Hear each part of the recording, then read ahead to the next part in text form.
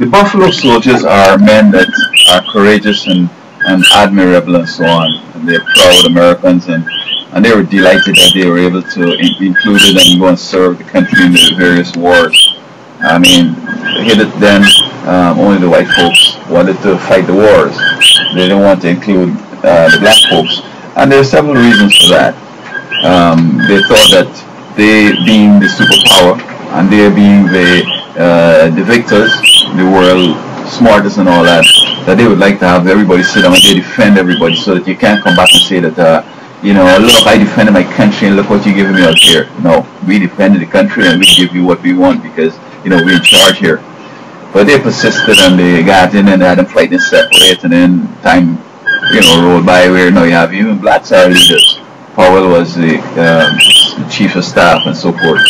And it seems as if, every American would want to defend the country and serve and so on. And it worked really well. And in spite of, the blacks being included, it hasn't changed the status too much because the whites are still in charge. They control the money and everything else.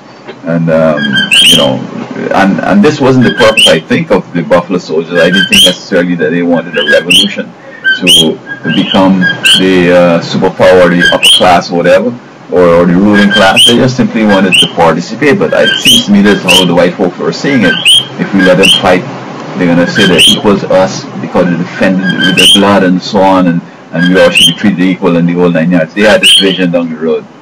And so, the as time roll on, they're dropping off, and there are some proud Americans, and they've served real good. And this should have never come to the place where it had to be like that. Other civilizations, other people have ruled the world and treated the whites bad and so forth, and everybody was treated bad. And some folks were just looking for a chance to treat others the same way they were treated. But in my view, you got to forget the past and move on. And we see now where Europe is in some serious problems, and they're just like Africa, all about to collapse.